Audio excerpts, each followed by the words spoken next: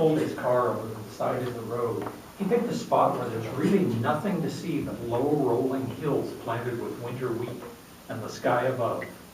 Madam Toastmaster, fellow Toastmasters and guests, on a typical December 31st, that sky would be gray and low and threatening. On the last day of 1995, the sun was shining, and the sky was a nearly impossible deep blue doorway to infinity.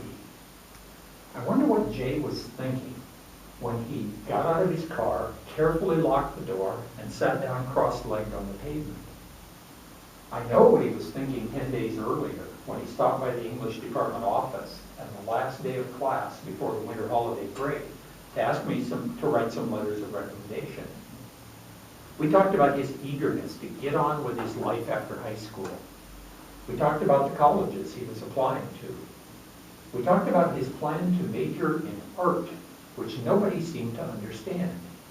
You see, Jay was an exceptional student. His 3.98 grade average ranked him number 2 in his graduating class of over 400 students. He was an excellent athlete and a fine musician.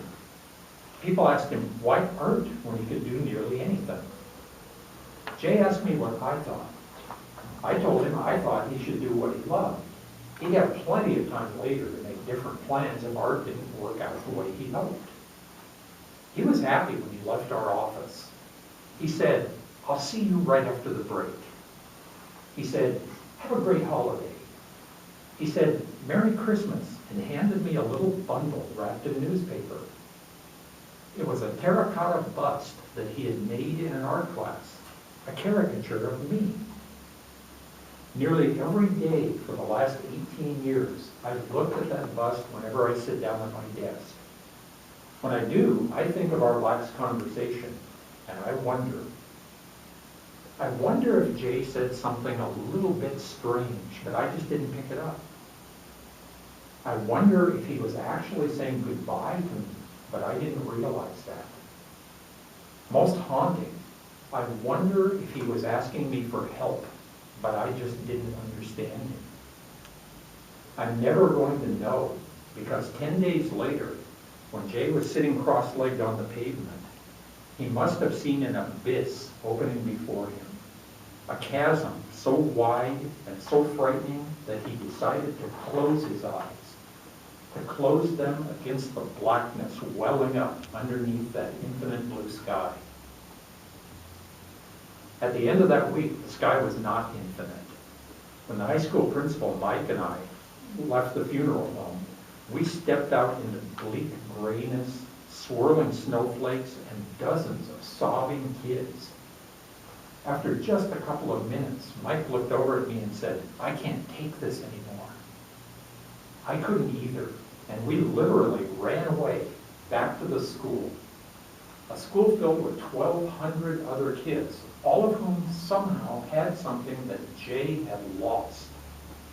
The strength and the courage to look squarely at their infinite possibilities and to step toward them with confidence, or at least with hope, or perhaps merely with curiosity. I began to wonder, how do we recognize the kids like Jay who somehow lose that confidence, that hope, that curiosity? I wasn't prepared. I didn't know that every year, 1 out of every 5 American teenagers seriously consider suicide. I didn't know that every year, 1 million American teenagers attempt suicide, and 300,000 of them need medical care as a result.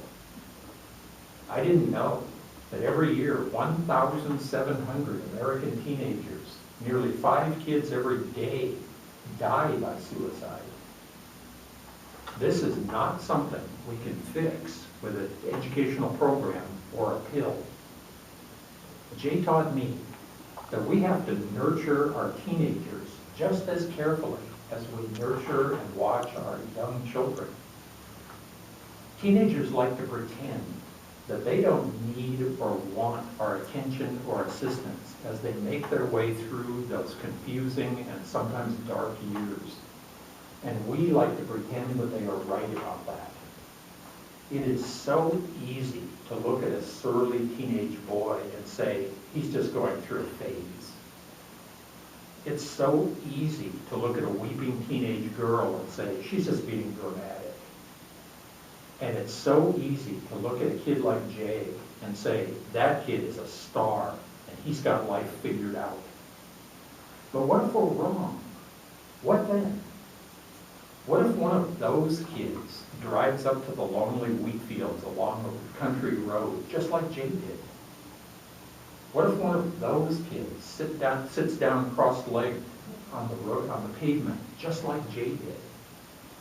And what if one of those kids is holding a .40 caliber Beretta pistol while he is engulfed by the blackness under that infinite blue sky, that beautiful and horrible sky? And